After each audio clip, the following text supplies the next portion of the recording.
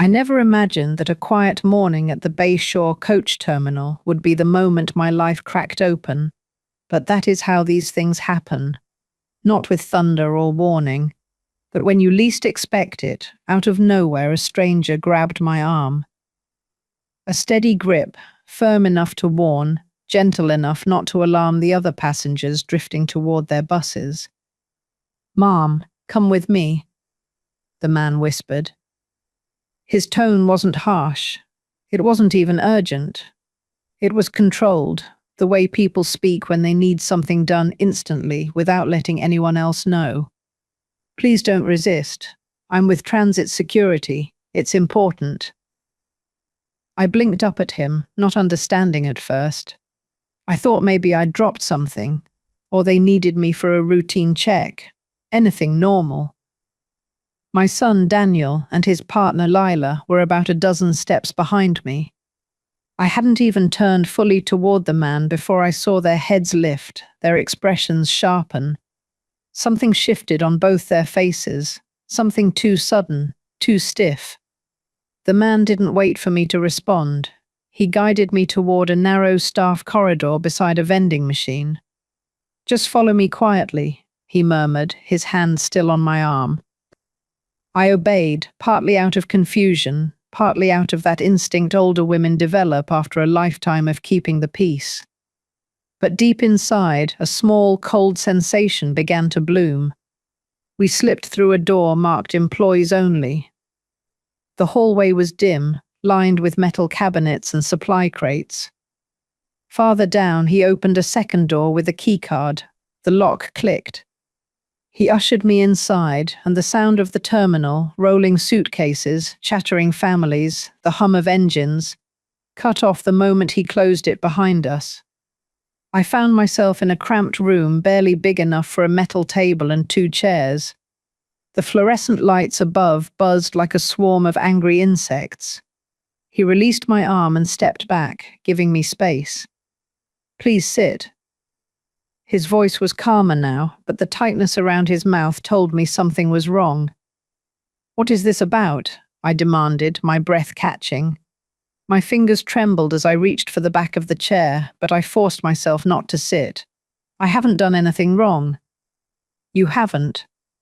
The man reached into his jacket and pulled out an ID badge, flipping it open. "My name is Agent Cole Ramirez. I'm with the State Investigative Unit. This is not a transit issue. You're not in trouble, but you are in danger." The words struck so hard that for a moment I genuinely wondered if I'd misheard. Danger? From what? He lowered his voice. "Your son is planning to harm you on this trip, and not just him, his partner is involved too. We have been monitoring them for weeks." He paused, letting the words settle, watching the shock drain the color from my face. "Mom, they intend to end your life." I didn't speak, I didn't breathe. I simply stared at him, unable to process something so enormous, so grotesque. My son?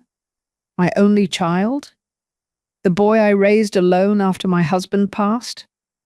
The man who helped me through sleepless nights after the funeral? Who visited every week? Who urged me to go on this trip because it would be good for me? It wasn't possible. It couldn't be. "You must be mistaken," I whispered. "Daniel would never. Lila would never." Agent Ramirez held up a hand. "I understand this is hard to hear, but please look." He pulled a file from his jacket and opened it. Inside were photographs, papers, screenshots, printed messages with timestamps. "This is a signed transfer request for your home. Your signature was forged. This document was submitted to a private broker 2 weeks ago. If it had gone through, the property title would have shifted, and you would no longer legally own your house." My stomach dropped. I recognized the name of the street, my address, the little notes my late husband wrote on the original mortgage documents about leaving everything clean and simple. But the signature wasn't mine. It looked like mine, but wrong. Loops too sharp, spacing too cramped. No, I never signed this," I gasped. We know. Our forensic team confirmed forgery. He flipped to another page. This is a loan contract Daniel and his partner attempted to secure using your home as collateral. The lender refused because they suspected something was off. That's when your son turned to much riskier people, people who do not let debts go unpaid. I felt my knees wobble. I finally sat down, my hands gripping the cold metal edge of the table. Agent Ramirez continued gently. Daniel is involved with a smuggling crew operating along the coast. We've been investigating them for months. He owed money to them, substantial money, and he presented your house as a guaranteed asset. When the deal fell through, he panicked. According to intercepted messages, they decided that if you were gone, the house and remaining finances would transfer to him. My voice barely came out. Are you saying my son planned to profit from my death? Yes. He didn't soften it. They arranged this trip to the coastal lodge because the area has unstable cliff paths. The group has used that region before. Accidents happen there often. Slips, falls, drownings. I shook my head, tears burning behind my eyes. Daniel wouldn't hurt me. He might be irresponsible, he might make bad decisions, but he's not. He's not evil. He's my baby. The people we become under pressure aren't always the people we were raised to be, the agent replied quietly. Desperation can twist good intentions. But intent aside, their plan is real. We have the proof, we have their conversations, we know the timing, and we also know they need you on that bus today for it to work. My hands flew to my mouth. I didn't know whether I would cry or scream or faint. Why tell me now? I whispered through trembling fingers. Why didn't you arrest them right away? Why wait this long? Why let me get this far into the trip? Because if we move too early, they can argue in court that nothing was set in motion. They have excuses prepared, false explanations, emotional appeals, all sorts of rehearsed stories. They can say it was all just talk, that they never intended to act on it. Without an attempt, without concrete action, our charges won't hold. They could walk away, and you would still be vulnerable. I shook my head again, fighting dizziness. You're asking me to go with them anyway, to pretend I don't know? Yes. His tone darkened. But you won't be alone. We have undercover units at the lodge, on the trails, on the ridge above the cliffs. We will be with you every second. The moment they make a move, we intervene. But we need the moment to happen. I stared down at the photographs scattered across the table, my home, my signature, a contract tying my house to criminal debts. Messages being things like, she won't suffer long and the cliffs take care of everything. That last phrase made my blood run cold. This can't be real, I whispered. He hugged me this morning. He told me he was glad I agreed to the trip. He said we needed this time together. People can disguise their intentions when the reward is big enough. Agent Ramirez said gently, your home is worth a significant amount. Your savings, your late husband's pension. All of that would shift into your son's hands, and the criminals pressuring him. They want to make sure the debt is resolved fast. He's the one who owes, but it is your assets they're counting on. I closed my eyes. My breath shook with every inhale. If I don't go, I murmured, what happens? We arrest them, but the charges will be weaker. They might serve months, maybe a year or two, then they get out, and the debt will still exist. They'll still be desperate. You will still be at risk. My throat tightened painfully. The room felt too small, too bright, too sharp. And if I go with them, I whispered, we end this for good. You walk away alive, they go to prison. The criminal ring loses their leverage, and you get your life back. For a long moment I didn't speak. I stared at the metal table, at the scratches on its surface, at the reflection of the buzzing light above me. I thought of Daniel as a newborn in my arms, as a toddler who ran to me when he scraped his knee, as a teenager who slammed doors but always apologized later, as a grown man who cried with me when his father died.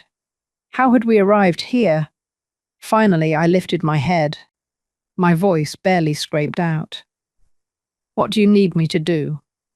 I sat there, staring across the small table at Agent Ramirez, as if my life were no longer attached to me, as if it were a coat I'd slipped out of without realizing. His eyes remained steady, waiting, patient, like he'd seen that same stunned grief cross many faces before mine. I supposed he had. People don't become law officers in his position without becoming intimately familiar with betrayal. I took a slow, shaky breath. What do you need me to do? I repeated, though the words scraped my throat like gravel. First, he said gently, I need to prepare you for the emotional part of this. You will be walking out of this room and seeing your son, and you will have to pretend that nothing is wrong. Can you do that? My stomach twisted. I thought of lying to Daniel, smiling at him the way I always did, listening to his jokes, nodding along to whatever little remarks he made. It felt impossible. How do you pretend everything is fine when you've just been told your own child is planning your death? But Agent Ramirez's eyes held mine, steady and sure. You can do it, he said quietly. I know it feels impossible, but you're stronger than you think. Most mothers are. I didn't know whether that was comforting or heartbreaking. Perhaps both. What's next? My voice was steadier now, though I didn't feel steady. He reached into a small case he'd set on the table and pulled out what looked like a simple silver pendant on a thin chain. It was delicate, elegant, and harmless to the untrained eye, something any older woman might wear without a second thought. This is a recording device, he explained. It transmits to our surveillance team. Wear it under your sweater or blouse, somewhere natural. It doesn't need to be visible. It's sensitive enough to pick up conversations around you even if you aren't speaking. I lifted it from his palm. The metal was cool against my skin. I held it like something sacred and terrifying. And if something happens? If they try something sooner than expected? My voice cracked on the last word. You'll have a phrase, he said. Something casual. Something you can say naturally. If you say it, even in passing, even in a normal tone, we intervene immediately. What is it? Tell them I need to rest my legs. He paused to make sure I understood. Say those words, and no matter where you are, on the bus, at the lodge, on the cliffs, our team will appear within seconds. I nodded slowly. All right, I can remember that. He closed the case and tucked it away. You're doing incredibly well. Most people fall apart when they hear something like that. I gave a hollow laugh. Who says I haven't fallen apart already? His expression softened. Even so, you're still here. You're still listening. That counts for something. But I didn't feel strong. I felt like a ghost of myself. Thin, transparent, drifting. The reality of everything hung over me like a storm cloud ready to burst. And after this trip? I asked quietly. After everything is over, what happens then? He hesitated. That depends on the evidence we gather and the charges we can file. Your son and his partner will be taken into custody, and you, he studied me carefully, you'll be safe. We'll make sure of that. Safe. A word that used to mean something so simple. A locked door, a quiet home, a warm mug of tea. Now it felt heavy, fragile, like safety was something that had to be guarded with guns and surveillance. All right, I finally whispered, I'll do it. I'll go on the trip. I'll pretend everything is fine. The agent nodded once, firmly. Good. I'll escort you out, but when the door opens, act as though you're frustrated about a routine mix-up. I'll speak to them as though this was a simple ID verification. They won't suspect anything. He opened the door. The noise of the terminal crashed back into my senses. Footsteps, announcements echoing over the loudspeakers, the hiss of bus brakes. My pulse raced. Daniel and Lila stood a short distance away, their anxiety visible even from here. Daniel rushed toward me first. Mum, are you okay? They said something about your name being flagged. Did they treat you all right? What happened? I forced a tired smile, though inside I felt like shards of glass were pressing against my ribs. It was just a misunderstanding, I said, my voice smooth through what felt like sheer miracle. Some paperwork in the system wasn't matching. Everything's fine now. Lila gave me a sympathetic tilt of her head. Oh gosh, that must have been stressful. I'm so sorry you had to deal with that. Her concern seemed genuine. If I hadn't known what I knew, I might have hugged her. Agent Ramirez gave me a subtle nod before turning and walking back toward the restricted corridor, disappearing behind a row of supply crates. And just like that, I was alone again, standing between the two people who had been plotting to end my life. You ready, Mom? Daniel asked softly. We should get going. Don't want to miss the bus. The bus, the beginning of the plan. I touched the pendant beneath my sweater, feeling its tiny weight against my skin. Yes, I said, my voice steady. I'm ready. But I wasn't, not really. I wasn't ready for anything. And yet, I walked with them toward the waiting platform. Every step felt like stepping deeper into a nightmare I couldn't wake from. The bus hissed as the doors opened. Warm air spilled out, carrying the scent of vinyl seats and stale coffee. Daniel offered to lift my bag into the overhead rack. I let him, my fingers clenched uselessly in my lap as I lowered myself into a seat by the window. I looked at him. My son. My boy. He smiled at me, a smile that once made my heart warm. Now it made my stomach twist. It's going to be a good trip, Mom, he said. I swallowed. I hope so, I whispered. As the bus pulled out of the terminal, I stared at the passing buildings and wondered how much of the woman I had been would survive this journey. The bus ride stretched on like a long, uneasy exhale, slow, quiet, and deceptively calm. Trees blurred past in shades of green and brown, the highway curving along the coastline in sweeping arcs. If I hadn't known the truth, I might have thought it was a peaceful trip, a chance to breathe fresh air, to heal, to spend time with the family I thought I still had. Instead, every mile felt like a countdown. Daniel sat in the aisle seat beside me, his knees angled out slightly. He kept glancing at his phone, tapping out messages with his thumb, deleting some, rewriting others. Even without knowing what I knew, that alone would have set my nerves on edge. I'd raised that boy long enough to recognize when he was hiding something. Lila sat behind us, leaning against the window, her arms folded across her chest. Sometimes I could feel her eyes on me, even when I wasn't looking. Not hostile, not yet, but watchful, assessing, like she was keeping track of something only she and Daniel understood. I sat perfectly still, hands folded neatly in my lap, the pendant beneath my sweater cool against my skin. It felt heavier than it should have, like a tiny anchor keeping me tethered to the truth. I stared out the window, pretending I was simply tired or lost in thought. Mom, Daniel said after a while, his voice soft, casual. You didn't have breakfast this morning. Do you want a granola bar? I brought a few. I forced a smile. No thank you, sweetheart. I'm not very hungry. He nodded, but the look he gave me lingered a little too long. You're sure? It's no trouble. You should eat something. I said I'm fine. I kept my tone light, polite, nothing that would suggest I knew he was really offering me a chance to let my guard down. He shrugged and put the granola bar away. But I caught the flicker of something, annoyance, frustration, cross his face before he turned forward. The bus hummed along the highway, the ocean visible on our right through gaps in the trees. Waves curled and crashed against jagged rocks far below. The sight made my stomach tighten. Cliffs, edges, falls. I squeezed my fingers together until the joints ached.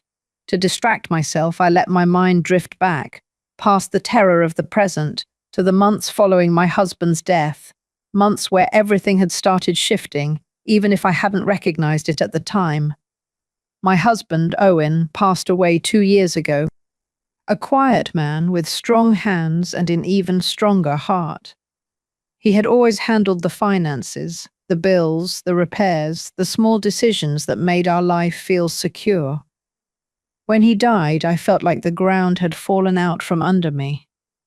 Daniel was my anchor then. He visited twice a week, sometimes more. He'd bring Chinese takeout or help me sort through old photo albums, sometimes laughing, sometimes crying with me. For months I believed he was grieving right alongside me. But grief changes shape as time moves on. Mine grew heavier, settling in my bones, slowing me down.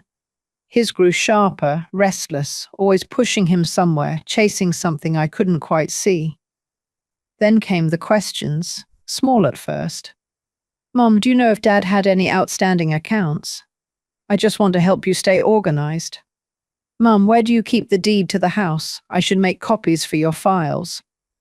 "Mum, you know you can trust me with anything, right? I just want to help." And of course, I trusted him. He was my son, my only child. I believed he meant well. Then came Lila, a sharp-eyed, charming woman with a confident smile. She walked into my home with the ease of someone who believed she belonged everywhere she stepped. She helped Daniel reorganize my drawers, my filing cabinets, my mail. At the time, I was touched. I had no reason to think they were doing anything harmful, but little things didn't sit right, like how often Lila asked about my savings, or how Daniel pushed me to update old documents, always placing a pen in my hand, encouraging me to sign things I didn't understand. Owen had warned me about that long ago. "Never sign anything unless you've read every word, Nora," he used to say. "People mean well until desperation gets a hold of them. Then they mean whatever benefits them most." I used to laugh and roll my eyes, accusing him of being cynical. Now I wished I had listened closer. One rainy afternoon, Daniel showed up with a stack of papers from a service that helps seniors consolidate legal paperwork.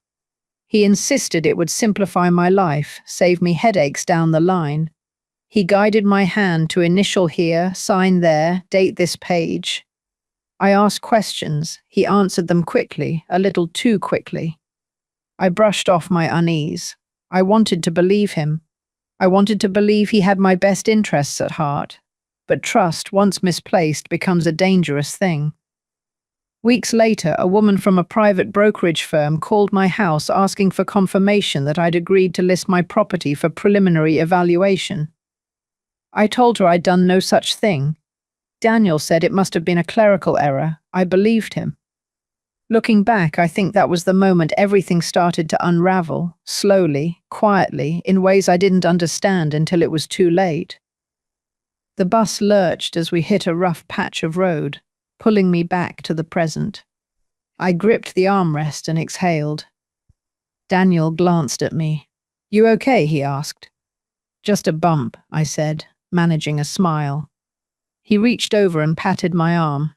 "We're almost there. The lodge is beautiful. You'll love it." Love it. The place where they plan to stage my death. I swallowed hard. "I'm sure it's lovely," I murmured. Lila leaned forward from her seat. "And the food is amazing. We booked a reservation at the Cliffside restaurant. Best views you'll ever see." My skin prickled. I kept my expression soft. "That sounds nice." She smiled warmly, but her eyes flickered with something I couldn't name. I turned back to the window. The sky had grown paler, and the coastline widened into sweeping vistas. Ahead, the faint outline of a small town appeared, secluded, charming, surrounded by hills that rose like silent guardians. The lodge was somewhere past that town, somewhere hidden, somewhere dangerous. I touched the pendant beneath my sweater again, feeling its reassuring weight. Agent Ramirez had said they would be with me every second. I prayed he was right. When the bus finally pulled into the town station, Daniel stood and stretched. "We switch here," he said. "The lodge shuttle picks us up from the next platform." I rose slowly, clutching the overhead railing for support. My legs felt weak. Fear does strange things to a person. We stepped off the bus and into a gust of salty air. The station here was smaller, quieter, with wooden benches and a boardwalk-style floor worn from years of sea spray. Daniel checked his phone again. "Shuttle will be here in 10 minutes. "Good," Lila murmured. "We should settle in before the weather shifts." I followed them toward the platform, my heart thudding heavily. Across the station, leaning casually against a pillar, was a man in a dark windbreaker, a coffee cup in hand. He looked like any other traveler, but he met my gaze for half a second and dipped his chin almost imperceptibly. A signal, one of the undercover agents. Relief pulsed through me. I wasn't alone. Not entirely. Daniel didn't notice the man. Neither did Lila. They were focused on their phones, whispering to each other in quick, hushed tones. I stared ahead, pretending not to hear. "She needs to be relaxed when we get there," Lila muttered. "She will be," Daniel whispered back. "Just stick to the plan." My breath caught. I kept walking. The pendant rested against my heartbeat, steady and alive. The shuttle rumbled up to the platform, a small white van painted with the logo of the coastal lodge. Its tires crunched over the gravel as it pulled to a stop, a soft hiss escaping when the doors slid open. I felt Daniel's hand on my shoulder, gentle, guiding, almost tender. If I didn't know any better, I might have leaned into it. I might have trusted it. But trust wasn't something I had anymore. Not with him. The undercover agent near the pillar had already disappeared into the crowd, blending with a group of travelers heading toward the boardwalk. Somewhere out there, others were watching, close enough to intervene, close enough to end this nightmare. Or at least that's what I told myself. "Come on, Mom," Daniel said. "Let me help you in." His voice was warm, soft, practiced. I nodded and stepped into the shuttle.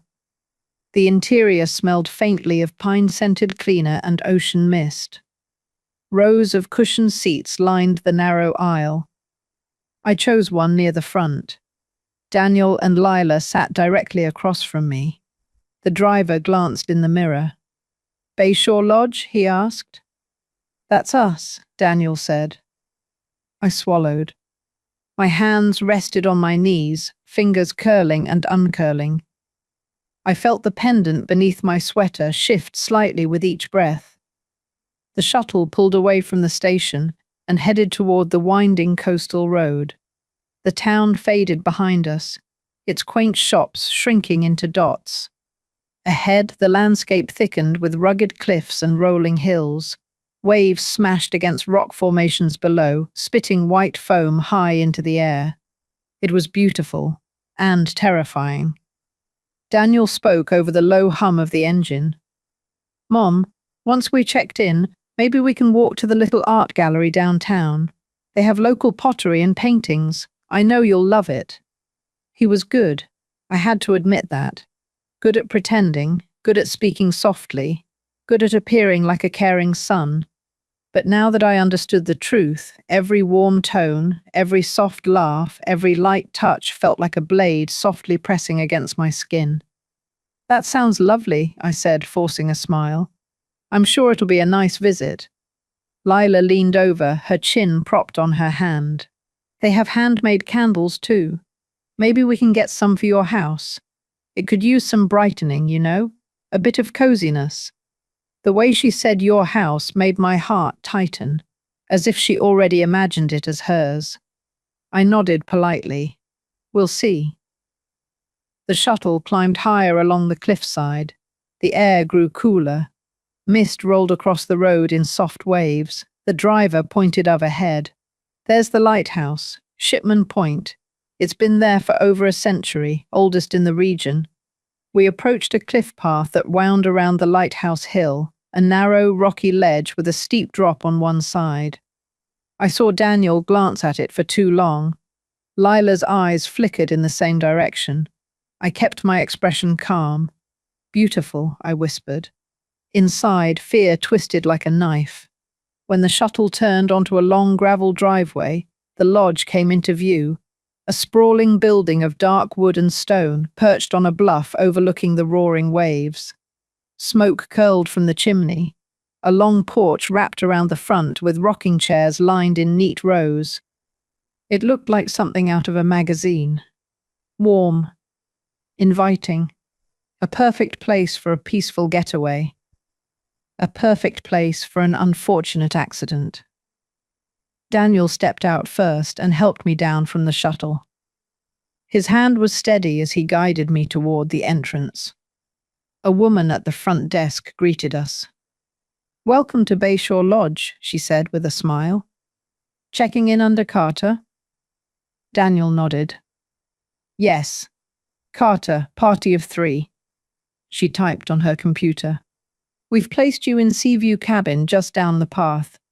Lovely place. Very private." Private. My skin prickled. Lila beamed. Perfect. Of course she thought so. The woman handed Daniel a set of keys. "Breakfast is served at 7 sharp in the dining hall, and we have a complimentary wine tasting tonight at 6 if you're interested." Wine tasting. My pulse kicked at the idea, but I smiled politely. "Thank you, that sounds nice." We walked out of the lobby and followed the winding stone path toward the cabins. I scanned the woods and shoreline with every step. A jogger stretched near a bench. A couple strolled along the cliff path. A groundskeeper raked fallen leaves near a storage shed. Any of them could have been undercover agents. Or maybe none of them were, I didn't know. That uncertainty worked its way under my skin.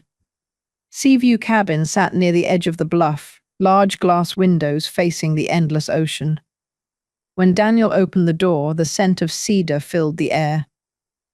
There were 2 bedrooms, a small kitchen, and a living room with plush furniture arranged around a fireplace. Framed paintings of the coast hung on the walls. It was warm, comfortable, a trap disguised as sanctuary.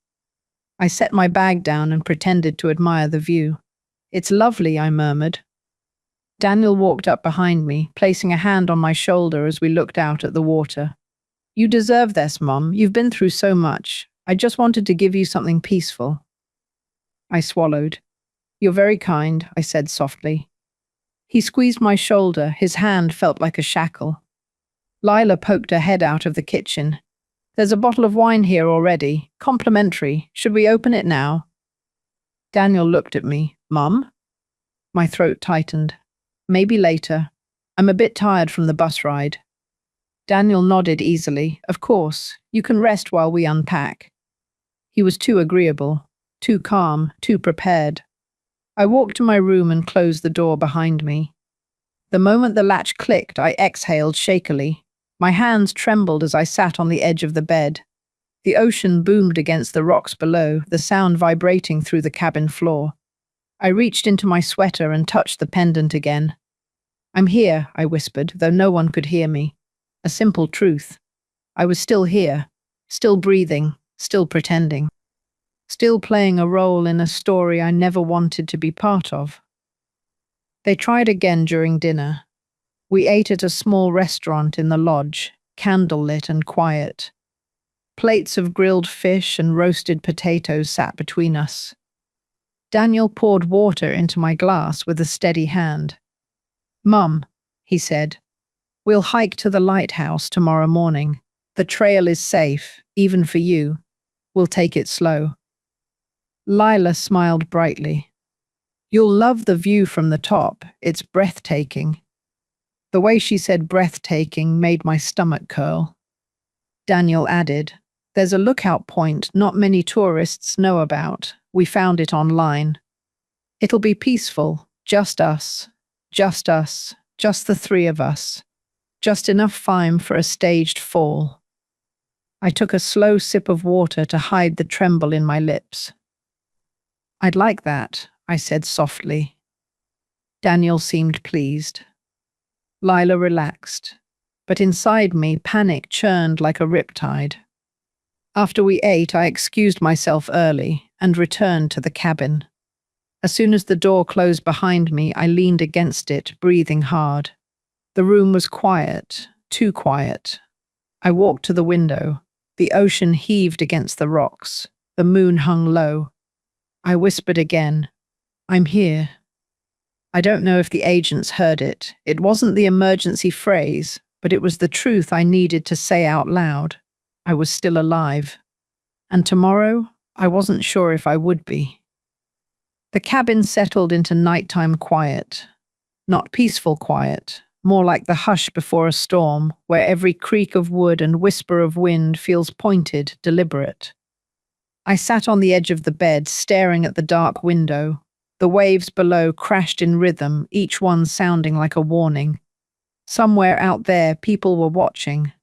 Somewhere in that darkness, hidden in shadows or folded among the lodge's staff and guests, the undercover officers kept their silent vigil.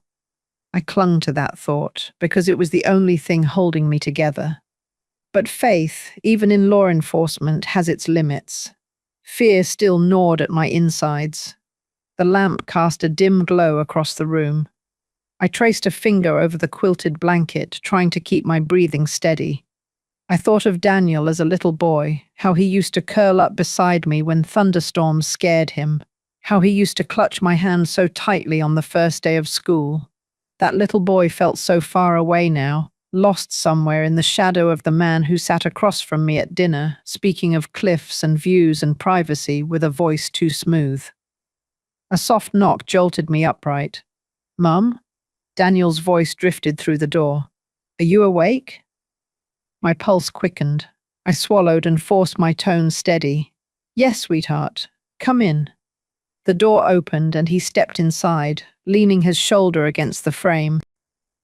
The hall light behind him cast his figure in shadow. "You okay?" he asked softly. "You seemed a little worn out at dinner." I smiled gently. "Just tired. The trip took more out of me than I expected." He nodded. His eyes scanned my face, not with concern exactly, but with a kind of evaluation, as though checking whether I was pliable enough for whatever was coming. "Well, get some good rest," he said finally. "We want tomorrow to be special." Special. The word felt like a thorn. "I will," I murmured. "Good night, Mum." "Good night." He shut the door softly. I exhaled once I was alone again. My chest tightened with a sudden, sharp ache. I didn't sleep. I lay down, closed my eyes, and pretended, but true sleep never came. My mind replayed every strange moment from the last few months. Documents Daniel asked me to initial, the sudden interest in my finances, the uneasy expressions he tried to hide, his reassurances, his insistence on this trip. I saw the forged property deed again in my mind, crooked loop where my signature should have been smooth. I remembered the phone call from that brokerage office, the way Daniel brushed it off. And then, the intercepted messages, the ones Agent Ramirez had shown me. "Get it done fast. We can't wait much longer. The cliffs do the work for you." My chest tightened.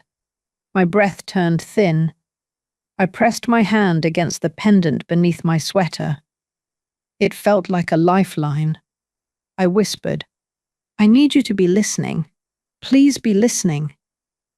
By the time dawn crept into the room, I felt hollow, exhausted beyond anything sleep could fix. The sky outside had turned a soft, hazy grey, streaks of pale gold reflected on the restless sea. I sat up slowly. My joints cracked as I moved. A soft knock sounded, then Lila's voice, sweet as syrup. "Good morning. Breakfast is ready." Daniel made eggs and toast.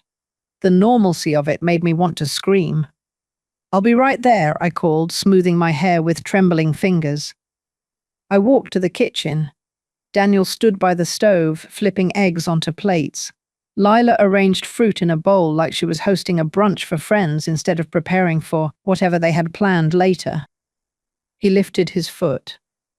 A tiny shift. barely noticeable unless you were watching for it, but I was. He was positioning his weight, getting ready. He reached out.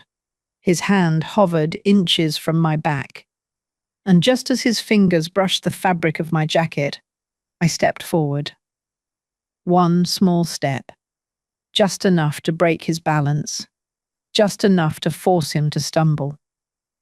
He caught himself with a grunt, surprise flashing across his face. I turned.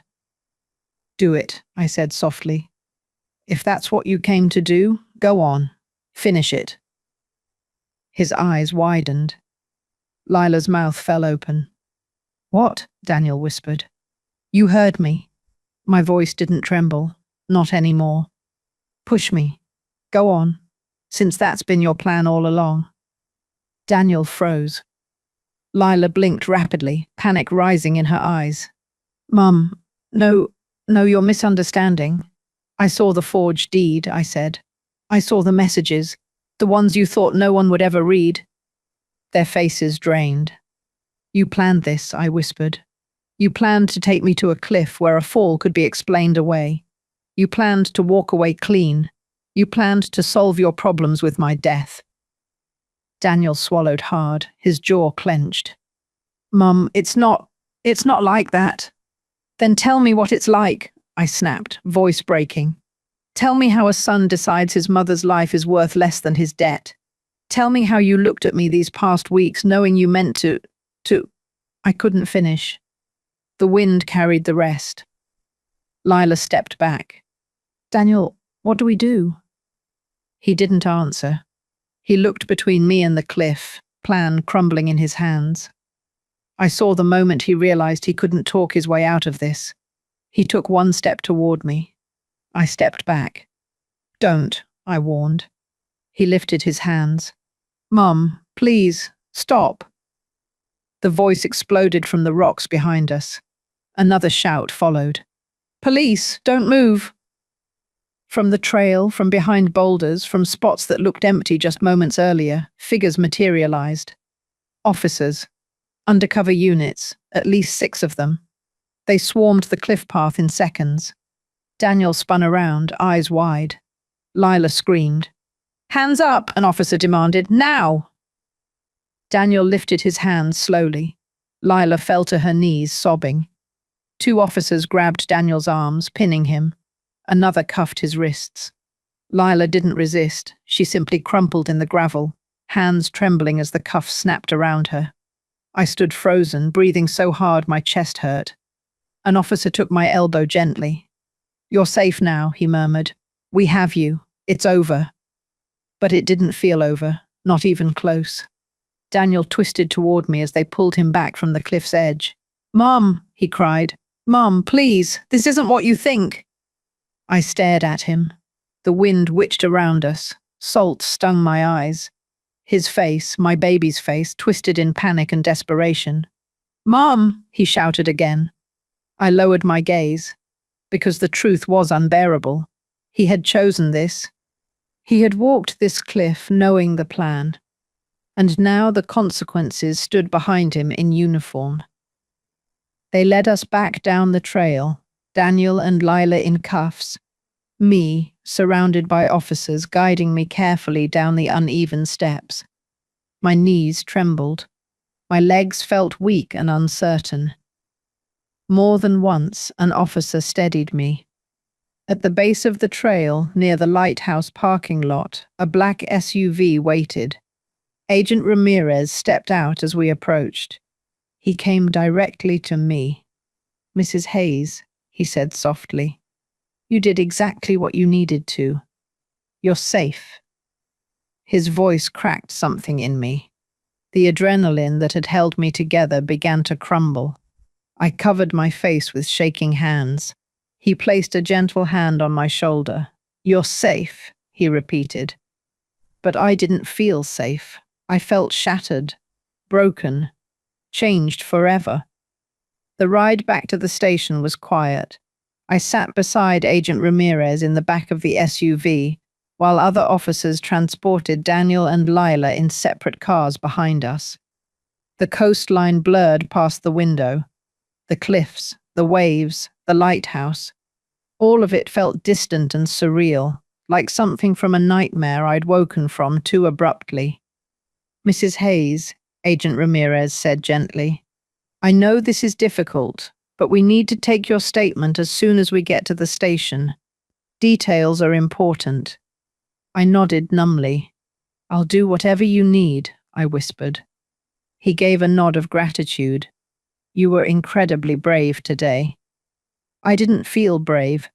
I felt like a mother who had just watched her world collapse. At the station, everything became a blur of closed rooms, cups of water I didn't drink, officers asking me gentle but pointed questions. I recounted everything: conversations, the forged documents, the hike, the moment I stepped back and told Daniel to finish what he started. Every word cut deeper. When I finished, Agent Ramirez placed a stack of tissues in front of me. "You did the right thing." I shook my head slowly. "It doesn't feel like it." He sighed. "Doing the right thing rarely feels good, Mrs. Hayes, but it keeps you alive." Alive. A strange and complicated victory. Hours later, when they finally let me step outside into the dimming afternoon light, my legs felt like they no longer belonged to me. The breeze carried the faint scent of the sea. I stood there, alone in the parking lot, wrapped in a borrowed jacket someone had draped over my shoulders. The world kept moving. Cars drove past. People walked along the sidewalk. Life continued. But mine had changed forever. I touched the pendant one last time, a lifeline, a witness, a guardian. And then I whispered the only truth I had left: "I'm still here." The station lights hummed overhead with a cold, electric stillness. I sat in the small waiting area outside the interview rooms, wrapped in that borrowed jacket, my fingers clutching the edges as though it could shield me from everything I had learned, everything I had lost. Officers walked briskly through the halls, voices low, shoes tapping against tile. But to me, the world felt muffled, distant, as though I sat underwater. Daniel and Lila were being processed. Officers had separated them long before we reached the station. I imagined them both in separate rooms, sitting at metal tables like the one I had sat at earlier that morning. The thought made my stomach twist. I never imagined I would see my son escorted in handcuffs. Not even in my worst nightmares. Not even in those dark moments after Owen passed, when grief made everything feel bleak. The door across from me opened. Agent Ramirez stepped out, motioning gently. "Mrs. Hayes, they're asking for you." I stiffened. "Both of them?" He nodded once. "Separately. And you are not required to see either one. But they've asked." Strongly. My fingers tightened around the jacket sleeves. "What do they want?" He exhaled. "Closure, maybe, explanations, or a chance to justify themselves. I've seen all kinds." I swallowed hard. I don't know if I can." "You don't have to decide now, but if you do want to speak to them, we'll keep the meeting supervised and brief. They cannot touch you. They cannot come near you. You will be safe." Safe. A word that had begun to feel unfamiliar. I closed my eyes. "Let me talk to Daniel first." He nodded gently and opened the door wider for me. The interrogation room was colder than I remembered. The table was scratched, the walls bare. A camera blinked red in the corner. When I stepped inside, Daniel was already there, sitting with his hands cuffed in front of him. His head hung low, his fingers trembling against the metal. He looked up when he heard me. "Mum." His voice cracked like something inside him had splintered. I stood across from him. I didn't sit. He stared at me with eyes I didn't recognize, wide, wild, drenched in fear. "Mum, please, I swear this isn't what it looks like. You have to believe me." I swallowed, steadying my breath. "Then tell me what it is, Daniel." He opened his mouth, closed it, opened it again. Words stumbled out, rushed and frantic. I didn't want to do it, Mum. I swear I didn't. It was Lila's idea. The debts, threats. We didn't know what else to do. Those people, Mum, they're monsters. They said they'd kill us if we didn't pay. They said... I held up my hand. Daniel, I whispered, you forged my signature. You submitted papers to take my house. You planned a trip to a secluded lodge. You brought me to a cliff. His jaw trembled. Tears welled in his eyes. I didn't push you, he choked out. I couldn't do it. A sad, aching truth settled in my chest. No, I agreed softly. You didn't push me, but you went there intending to. He stared at me, his tears spilling over. Mom, I made a mistake, a horrible mistake. But I didn't want to kill you. I didn't see a way out. His voice cracked. I was scared. So was I whispered. He shook his head violently. I never should have let it get this far. I know that. But please, Mom, don't leave me alone. Don't let them lock me away forever. His voice softened to a desperate whisper. Help me, please. You're all I have. A long silence stretched between us. Then I spoke. You had me, I said softly. You had me every step of your life, and you chose to use me as an escape route. He flinched. I can't undo what you've done, I continued, and I can't lie for you. I won't lie for you. His face crumpled. Mom, don't do that. But I already had. I stepped back. The door opened behind me. I'm done, I whispered. They brought me to another room, a different table, a different chair. I sat quietly as the door opened again. Lila walked in, escorted by 2 officers. She sat across from me, hands cuffed, eyes red. She looked smaller without her usual confidence, shrunken, brittle. She stared at me a long moment before speaking. I didn't hate you, she said softly. I blinked. I never hated you. I know you think I did, but I didn't. Her voice broke. I hated how easy your life looked, how simple everything seemed for you.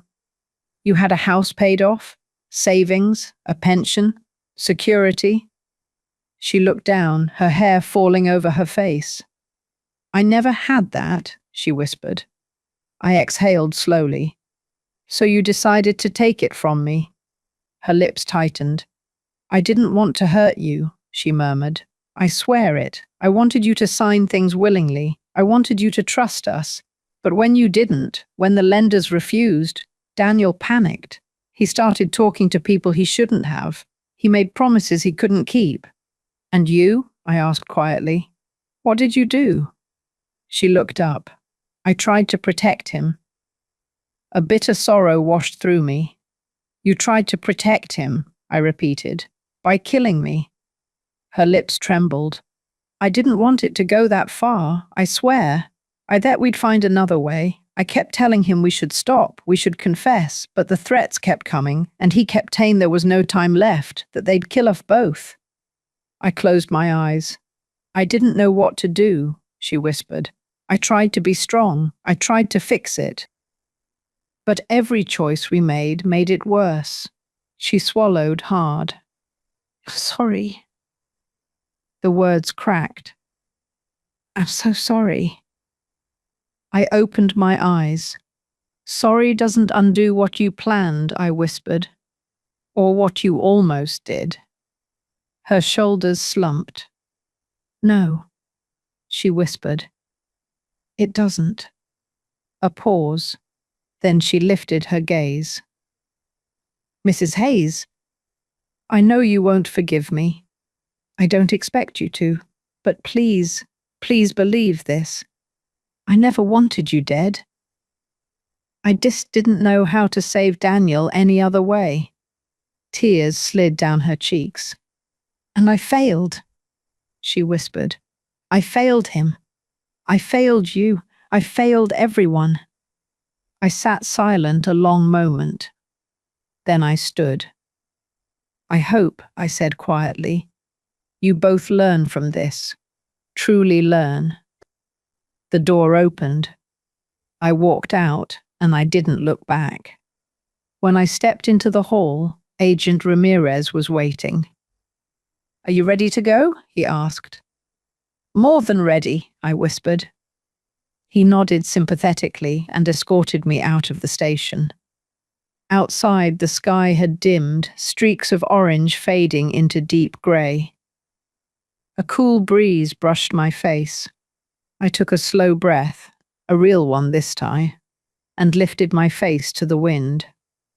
Mrs. Hayes, he said gently, now comes the harder part, the legal process, statements, hearings. But you don't have to go through it alone. We'll help you. I nodded faintly. But the hardest part, I suspected, would not be the courts.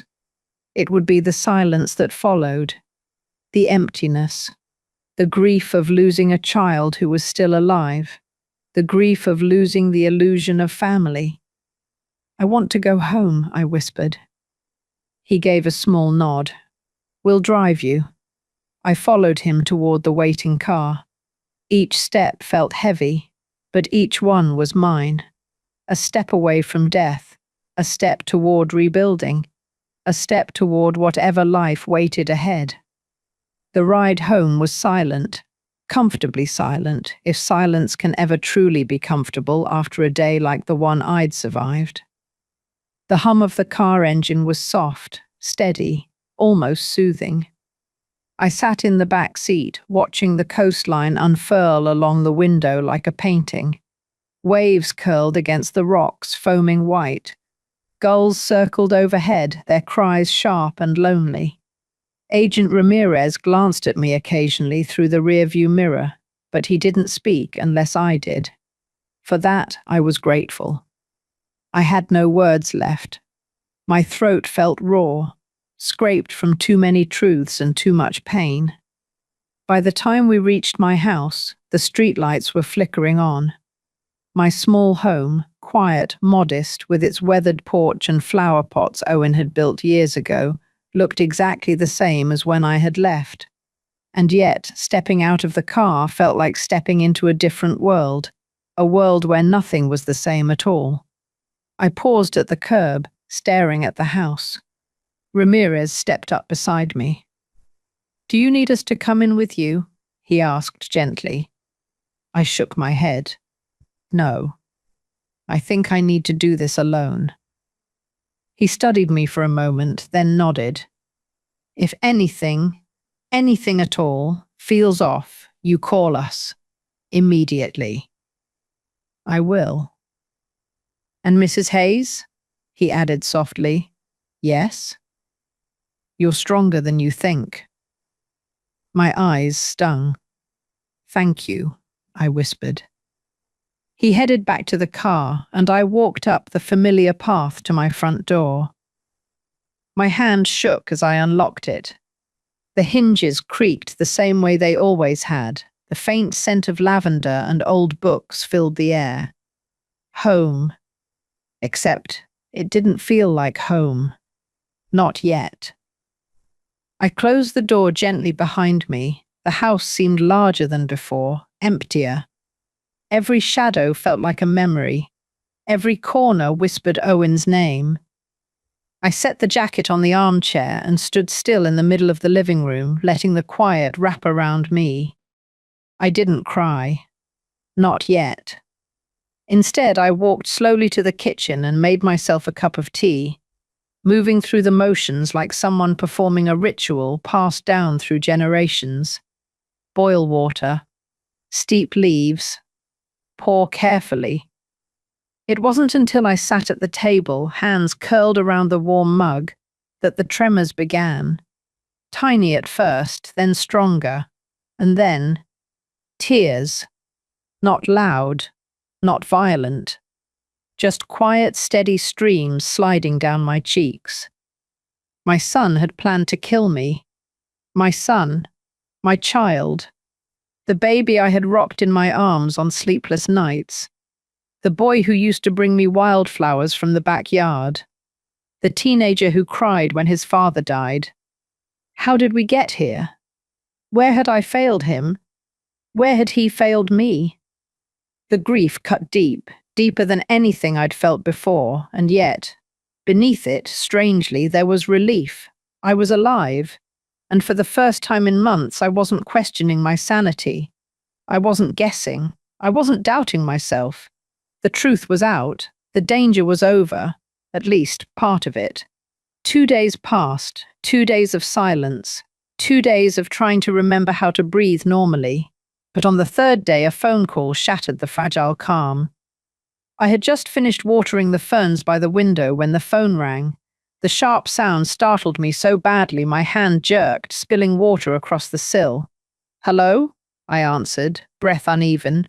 "Mrs. Hayes, this is Agent Ramirez." My heart kicked. "Is something wrong?" He hesitated. "We need to talk. There have been developments." I felt the room tilt. Developments? Yes, about Daniel and Lila, about the people they owed money to. Ice flooded my chest. "When can you come to the station?" he asked. I swallowed hard. "I'll leave now." 30 minutes later, I sat across from him in a small office. A folder sat closed on the table between us. "We processed Daniel and Lila," he began. "Both are cooperating now. They've provided full statements. They're releasing everything they know about the criminal group they were indebted to." I nodded slowly. "Is that good?" "Yes. For the case, it's good." He paused. "But there's something else. Something you need to be aware of." My breath caught. "The group they borrowed from," he said, "is not just a low-level loan operation. It's a larger network, organized, ruthless, and they do not like debtors who attract law enforcement attention." I stared at him. "Agent Ramirez, are you telling me I'm still in danger?" He exhaled slowly. "Possibly. Not immediately. But groups like this, they don't forget. They don't simply forgive debts, even if those debts are paid." I stiffened. "Paid?" He nodded. "Your son owed a significant amount, and although we've seized his financial records and frozen his accounts, the criminals still view the debt as outstanding." Cold fear slid through me like ice water. "How much?" I whispered. 115,000. I closed my eyes. He continued gently. "They may attempt to collect from the person they see as the next responsible party. Me." His silence was confirmation. I pressed a trembling hand to my forehead. "This never ends, does it?" "It can end," he said softly, "but it depends on the path you choose." I looked at him, waiting. "We can place you in protective monitoring for a while," he said. "Not full witness protection, but routine check-ins, patrols near your home. Enough to discourage most threats. Most." The word shook. "Or," he hesitated, "you could pay the debt directly. Quietly. Through an intermediary." "Pay," I repeated numbly. "It would close the matter. They would have no further reason to come after you, no leverage, nothing to gain." I stared down at my hands, my late husband's savings, the security we built together, the life we worked for, all of it, at risk again. "If I pay," I whispered, "does that protect Daniel and Lila?" He nodded. "It protects anyone connected." A long silence stretched. Then I nodded once, quietly. "I'll pay." "Mrs. Hayes, I'll pay," I repeated. "I won't live looking over my shoulder, and I won't let their mistakes haunt me for the rest of my life." He exhaled, relieved and heavy-hearted at the same time. "We'll arrange the transfer," he said. "You won't have to meet them. You won't even have to know who receives it. We'll handle everything." I closed my eyes. "Thank you." It took 4 days. 4 days of paperwork, 4 days of quiet dread. 4 days of signing forms and authorizing transfers. Finally, Ramirez told me it was done. The debt was closed. The group confirmed receipt. And just like that, the threat evaporated. Not completely, but enough. Enough for me to breathe again. A week later, Ramirez called again. "Daniel is asking to see you," he said. My heart clenched. I wasn't sure I could face him again, but something inside me whispered that I needed to. Not for him, for me.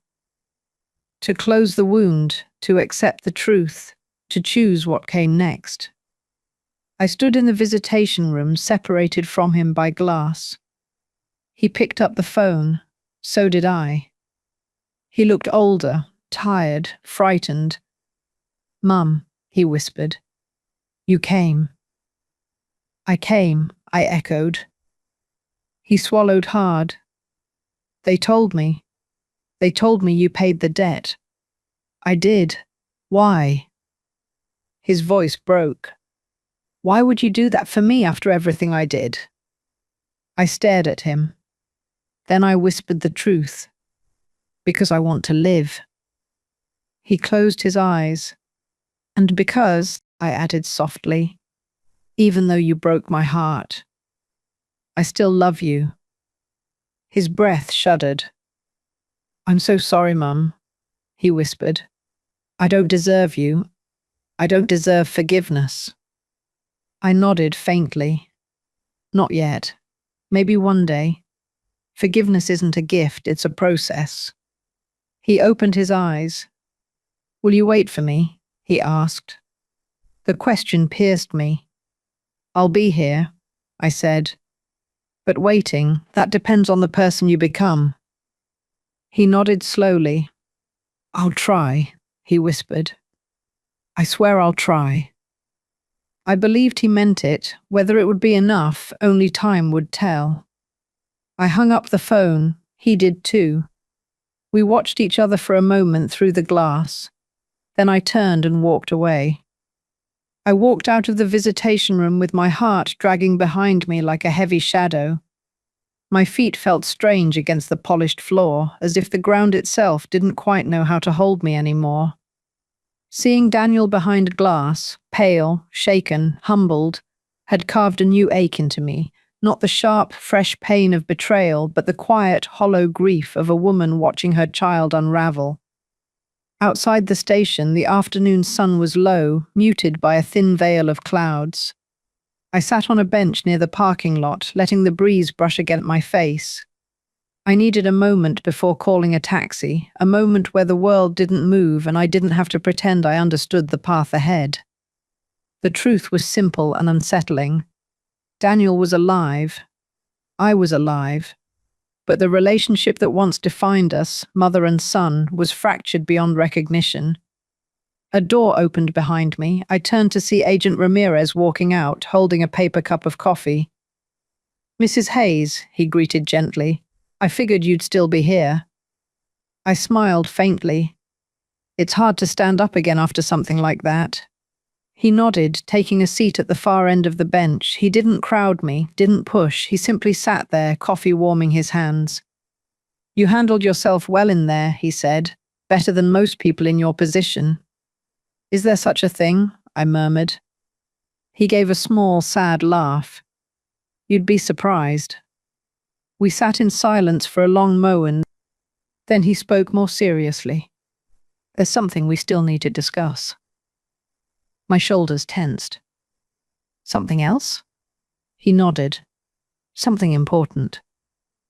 We walked back into the station and into his office. He gestured for me to sit. I lowered myself carefully into the chair, bracing myself. "This is about you," he said gently. "Your safety, your long-term well-being, and the steps you may need to take next." I clasped my hands in my lap.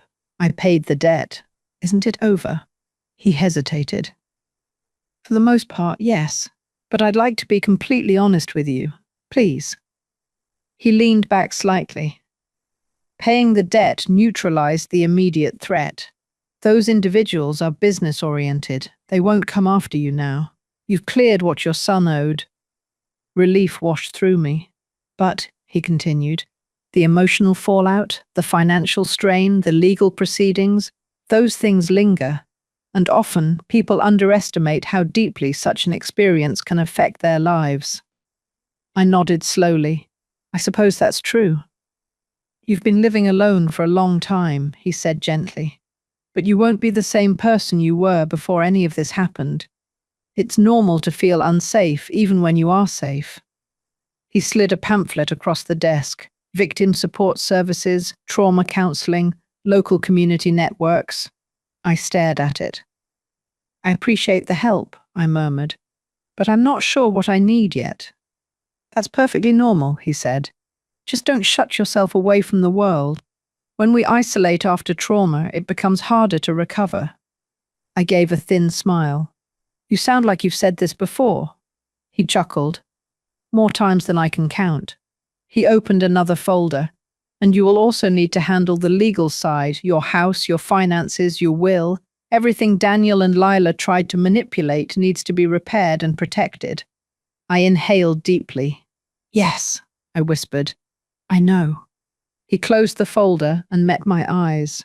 Mrs. Hayes, you survived something most people never see coming, and you did it with courage.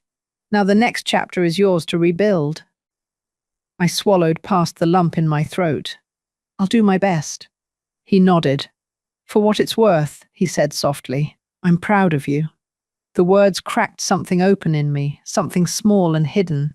Tears stung my eyes, but I blinked them away. Before I left his office, he added one more sentence. If you ever feel unsafe again, even for a moment, you call me, personally. Understood? I nodded. Understood. That night, I slept in my own bed for the first time since everything happened. But sleep didn't come easily. Shadows stretched across the bedroom ceiling. Every creak sounded like footsteps. Every gust of wind felt like a warning. I kept waking, sitting up, listening. But nothing came, no threats, no tapping at the window, just the quiet hum of the refrigerator and the soft rustle of trees outside. I was safe, but feeling safe, that would take longer. The next morning, I walked through the house, slowly, room by room, touching objects that had once brought comfort, the Afghan Owen's mother had knitted. My wedding photo, the wooden figurines Owen carved during his retirement. It all felt distant, like a life that belonged to someone else. Without thinking much about it, I picked up the phone and called a real estate agent. It was time to let go. Time to leave this house filled with memories both beautiful and shattered. Selling the house took 2 months. 2 long months of packing, sorting through memories, throwing away things that hurt too much to keep. I boxed up Owen's belongings carefully. I found letters I'd forgotten about, dusty photos tucked in drawers, receipts from the early years of our marriage. Objects that once held joy now held the sting of loss. The day the house officially sold, I stood on the porch one last time. The afternoon sun warmed the wooden boards beneath my feet. This is the right choice, I whispered. A neighbor walking by paused. You moving, Nora? I forced a soft smile. Yes, it's time. She nodded sympathetically. I'll miss seeing you out here. I thanked her, then turned back to the house. It's time, I whispered again, then I locked the door and walked away. My new apartment was smaller, cozy, warm, close to town, close to people, not isolated, not vulnerable. The first night I slept there, the quiet felt different, not frightening, not heavy, just new. I breathed easier, and for the first time in months, maybe longer, I didn't wake up expecting danger. A week later, I drove to visit someone I hadn't seen in years, my niece, Carla. She lived in a nearby town with her 2 children, bright, chaotic, noisy children, who flung their arms around me the moment I stepped through the door. Aunt Nora, they screamed. Their laughter was like sunlight. Carla hugged me tight. I heard about everything. I'm so sorry you went through that alone. I'm not alone now, I whispered. Her eyes softened. You're always welcome here. The words wrapped around my heart. For the first time in a long while, I believed them. The months that followed were quieter than I expected, quiet in a healing way. I planted flowers on my small balcony, the dirt warm between my fingers. I attended community book club meetings. I had lunch with Carla most Sundays. I volunteered at the library, shelving books with gentle care. Life continued, slowly, softly. And with every passing week, the pain dulled. Not erased, never erased, but softened at the edges. Sometimes in the evenings, I sat on the balcony and watched the sunset paint the sky. The colors reminded me of the cliffs, of the lighthouse, of the ocean that nearly became my grave. But when the memories came, I didn't shrink from them. I let them pass, because I had survived them. One morning, while sipping tea, my phone buzzed. I recognized the number. The prison. A familiar ache settled in my chest. I answered. Mrs. Hayes, a voice said, you have a scheduled call from inmate Daniel Hayes. Will you accept? I closed my eyes, then opened them. Yes, I whispered. Static buzzed softly. Then his voice. Mum? Hi, Daniel. I wanted to tell you. He paused, breath trembling. I'm taking counseling classes here and accountability workshops. And I'm trying, Mum. I really am. I'm glad, I said gently. I'm not asking for anything, he said quickly. I just wanted you to know I'm trying to be better, for me and for you. I closed my eyes. Warmth bloomed in my chest. Not joy, not forgiveness, but something like possibility. Keep trying, I whispered. That's all I ask. I will, he said. I promise. We said goodbye. I set the phone down, and for the first time the ache felt lighter. Winter arrived quietly. My new town didn't get much snow, but the mornings were crisp and the air carried the scent of pine and cold sea wind. The trees outside my apartment shed their leaves slowly, branches thinning until they framed the sky like dark lace. I found comfort in routines. Warm tea in the morning, folding laundry while soft music played, taking long walks along the shoreline path just a mile from my building. The ocean there was calmer than the cliffs near the lodge, a gentle bay where waves lapped instead of crashed. I like sitting on the weathered bench that faced the horizon. Some days I stayed for hours, watching the colors shift across the sky. In the quiet, I rebuilt myself.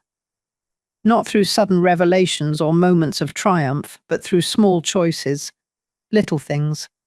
Answering the phone when Carla invited me over. Letting her children help me bake cookies even though they spilled flour everywhere. Signing up for a watercolor class at the community center. Saying good morning to neighbors, choosing connection instead of isolation, choosing life. One crisp December morning, as I walked down to the bay, I found a letter slipped under my apartment door. A standard envelope, thin. My name written in familiar handwriting, Daniel's. I stood in the hallway for a long moment before opening it. Inside was a single sheet of lined notebook paper. Mum, I don't know if I deserve to call you that anymore, but I'm trying. I'm writing letters to make sense of myself, and the counselor here suggested I start with the person I hurt the most. I won't ask for forgiveness. I know I have no right to, but I want you to know that. Every day I think about what I almost did. I think about you standing on that cliff. I think about how you looked at me. I think about how I almost lost you forever because I was too weak to face my own mistakes. I am no longer running from what I did. I'm facing it. Slowly, painfully, but honestly. The counselor says I have to take responsibility for every choice I made. And I do. I don't blame you. I don't blame anyone but myself. If you ever find it in your heart to speak to me again, whenever that is, 1 year, 5, 10, I will be grateful. If not, I will accept it. I owe you that much. Thank you for saving my life by refusing to let me end yours. I love you, Mom. I hope someday I deserve to say that again. Daniel. I stood in the hallway long after I finished reading. The paper trembled between my fingers. Tears blurred the ink, but they weren't tears of fresh pain. They were something softer, something complicated. Not forgiveness, yet, but grief unraveling. A knot loosening, a wound beginning to scar. I folded the letter carefully and tucked it into the drawer beside my bed. Not to hide it, but to keep it.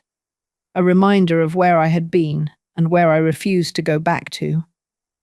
On the first sunny day of January, I drove out to a lookout point near my new town. It wasn't as steep or dramatic as the cliffs near the lighthouse. This one had a sturdy wooden railing and a wide, flat viewpoint. Families took pictures, couples held hands. Children chased each other, giggling. Life everywhere. I walked slowly to the railing and placed my hands on the smooth wood. The ocean stretched before me, endless and calm. A soft breeze lifted my hair. I inhaled deeply. "Hello, Owen," I whispered. There was no response, of course. Just the steady hush of the waves. "I made it," I said softly. "I'm still here." My voice wavered. I don't know what comes next. I don't know if I'll ever feel whole again, but I'm trying. A gull swooped overhead, and Daniel, I paused, choosing my words with care. He's trying too. Maybe someday something will heal between us. Or maybe it won't. But I'm learning to live with that. The wind brushed my cheek, almost like a touch. I closed my eyes. "I miss you," I whispered. But I'm learning to let go slowly, one day at a time. When I opened my eyes, the horizon shimmered, a line of gold where the sea met the sky. Hope, fragile but warm. As I drove home, I realized something. Survival isn't just about living, it's about choosing life after the danger is gone, choosing to rebuild, choosing to breathe again, choosing to trust, carefully, slowly, and choosing to believe that even broken hearts can keep beating. I parked the car and walked into my apartment. The warm light of late afternoon spilled across the living room, catching on the small watercolor painting I'd made in class, a simple sunset over calm water. I smiled, a real smile. Tiny but real. I sat at my table, poured myself a cup of tea, and opened a blank notebook. On the first page, I wrote, "My name is Nora Hayes. I survived betrayal. I survived fear. I survived loss. And now I choose to live." I closed the notebook gently. Outside, a few early stars twinkled in the darkening sky. Inside, for the first time in a long while, I felt steady. Not whole, not healed, but steady. Enough to take the next step, and the next, and the next. Because the story didn't end on the cliff. It began there.